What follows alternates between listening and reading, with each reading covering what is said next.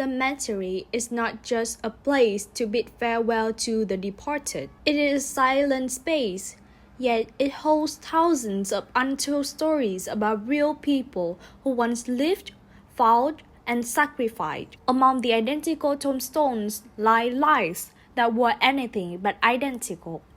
But to many young people today, these places seem like rows of nameless graves, so distant, so unfamiliar, and difficult to relate to. Why have cemeteries that once moved the entire generations now become so distant to today's youth? Is it because the world has faded into the past, memories have grown faint, or simply because we have never truly heard the real stories from these places? Begin this journey with one central question.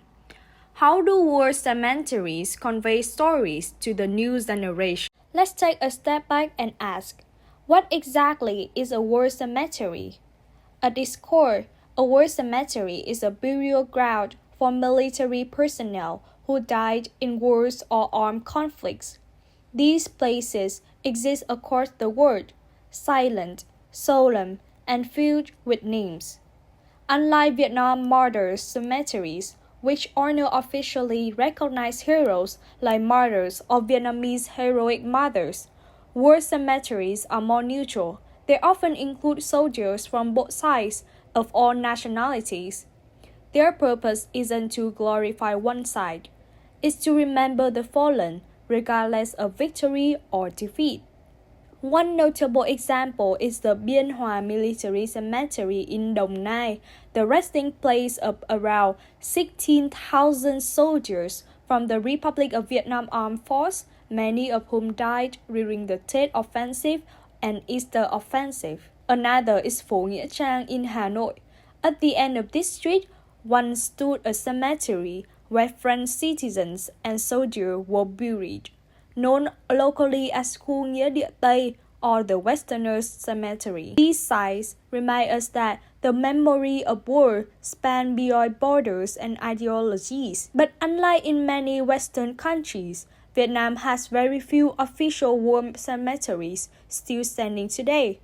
Most are modest local memorials, not well documented or easy to visit. So when it came to choosing a site for reflection and filming, we looked for something accessible yet meaningful. After much consideration, we decided to visit Gia Lâm District Martyrs Cemetery, located in Kim Sơn Commune, Gia Lâm District in Hanoi. It's not a grand site by any means, modest in size, quiet in appearance, but it holds a profound stillness, a kind of silence that allows you to truly pause, to feel the weight of sacrifice, and to reflect on the long echo of war. Here, tombstones are built uniformly, same size, same style. It's a reminder that everyone is equal in sacrifice, regardless of your age, the rank, or origin. At Gia Lâm Martyrs cemeteries, some graves carry names, others are marked only with the words unknown martyrs. They were never identified, never claimed, but never forgotten. But unlike the photo-etched headstones we often see today, many portraits here aren't photographs, they are hand-drawn, delicate pencil sketches softened by time. These drawings don't just reflect a time before cameras were accessible. They show the care and quiet determination of families and communities trying to preserve a face, a memory, a life, but nothing but pencil and love. Across the cemetery, you will see national flags fluttering, symbols of the ideas these people died for. At the center, a memorial monument stands, silent, heavy, and full of reverence. This is more than a resting place, it's emotional architecture, a place where symmetry means equality, where silence means remembrance, where history doesn't whisper from pages, it echoes softly beneath your feet. We often think war cemeteries belong to the past, something that's too distant for today's young generation. But is that really true? To find out, we spoke with a few of them. Do you often go to the martyrs' cemeteries?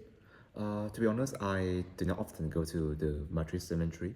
The last time I go there is the Great Night when my school had the event. Do they mean anything to you? Absolutely, yes. I felt a mixed sense of sadness and happiness when I went to visit the Martyrs Cemetery. Sadness because fallen hero who sacrificed their life and youth for our peace today, and happiness because their sacrifice wasn't in vain. I also feel a little bit honor and gratitude when I have the chance to go to have clean their graves. And after visiting this cemetery, I feel a quiet motivation in my heart to contribute, to dedicate to other people, so that I can make the most of the value of the peace that they brought to us. Những người nào là sẽ đi thăm chỗ của mình ạ? Đoàn thanh niên, Có đoàn thanh niên.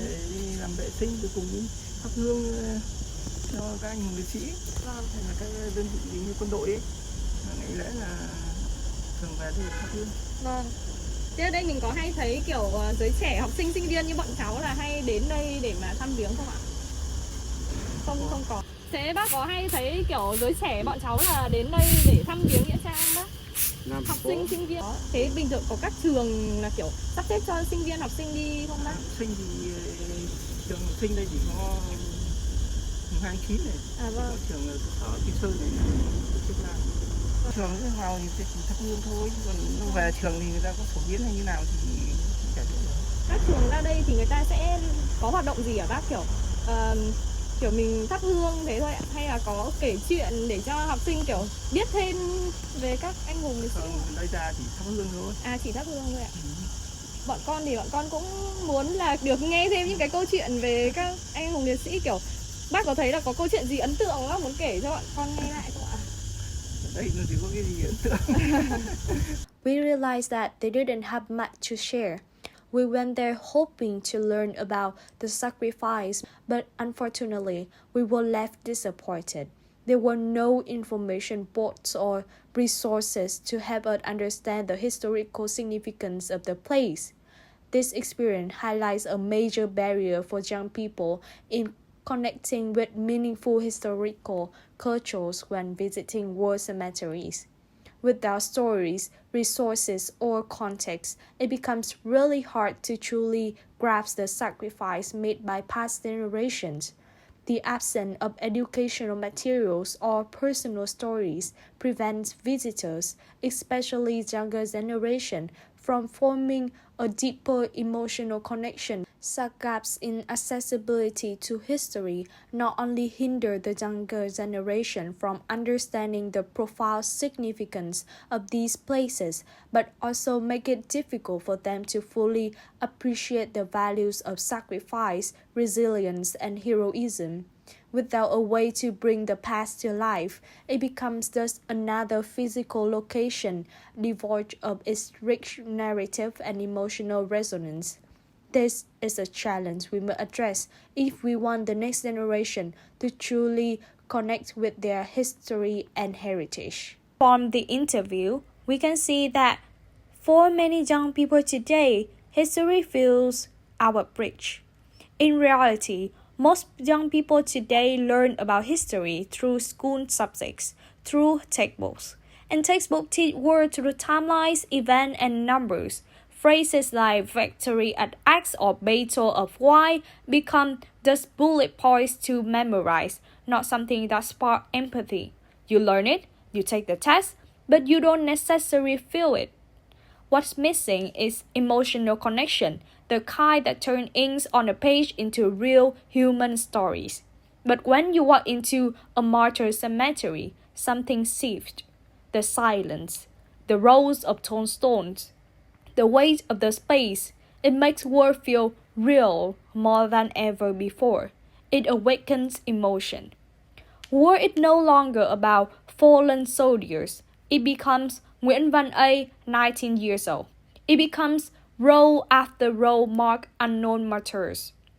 Each one a lie that was never named but never forgotten. You realize they were real people, but just not the lies in a book.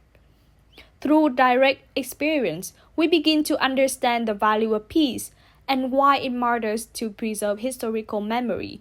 And that raises a question. Should more young people visit martyrs' cemeteries? To answer this, let's hear from a manager at the martyrs' cemetery we visited. Các anh hùng đã mất xương mất máu là thế hệ trẻ, ta phải luôn luôn coi như là phát huy rồi là nói theo.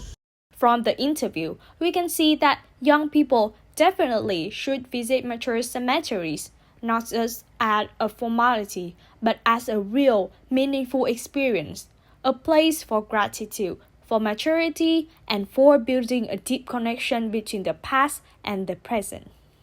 The martyrs' cemeteries across the country are not only the resting place of those who sacrifice for the fatherland, but also the place to preserve immortal stories of patriotism, sacrifice, and the desire for peace.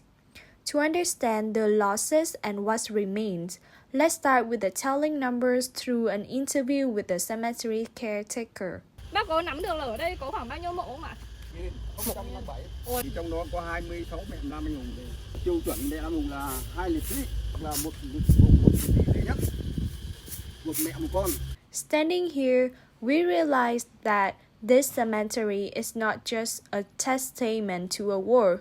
It is a story about people, about fathers, mothers, children, brothers, sisters, life partners, about unfinished handwritten letters, unfulfilled promises, plans for a home, a future, about smiles that have faded, arms that no longer have warmth, and futures that forever stop at death. These are not soulless statistics. These are lives, destinies, loves, and noble sacrifice. As time goes by, the number of people who experience the fire of war is gradually decreasing. Memorial ceremonies may not be as large as before. Stories of sacrifice may not be told as much in each family. Are we gradually forgetting? But perhaps it's not really forgetting. Maybe we are just finding a way to remember in a different way. Today, technology opens new doors to access the past. Digital archives make it easier to find information about martyrs. Documentaries, posts on social networks spread untold stories. Even virtual tours of historical sites and old battlefields help young people visualize more clearly a difficult but heroic period. What is more important is not the form of commemoration, but the content and the meaning of that commemoration. If the younger generation can feel the sacrifice, understand the value of peace through modern means that they are familiar with, then that is still a valuable continuation. The challenge is, how can this memory be continued in a vivid way, not with a heavy feeling of guilt for not doing enough, but with sincere gratitude and a deep awareness of what we have? How can the sacrifice of our ancestors not become a burden of the past, but an inspiration for the present and the future, a reminder of the value of peace, independence, and the responsibility of each of us to preserve them? We began this journey with the question, what story does the mature cemetery convey to the new generation? Through the stones, the names, the lives, we realize that the silence of the cemetery is not empty. It is a silence that waits, waiting to be heard, waiting to be understood, and waiting to be connected. Memories do not exist naturally. Memories are a choice. The choice to remember, the choice to learn, and the choice to cherish. You don't have to do anything big. It could be just a visit to the local cemetery, light an incense stick, read a name, learn about a life, or simply take a moment of silence to reflect on what has passed and what we have today. Because peace is not something we inherit. Peace is something we create, we preserve through our own memories and actions. Memories of the past are not meant to hold us back, but to light the way for the future. The graves do not just hold the past, they silently give us responsibility for tomorrow.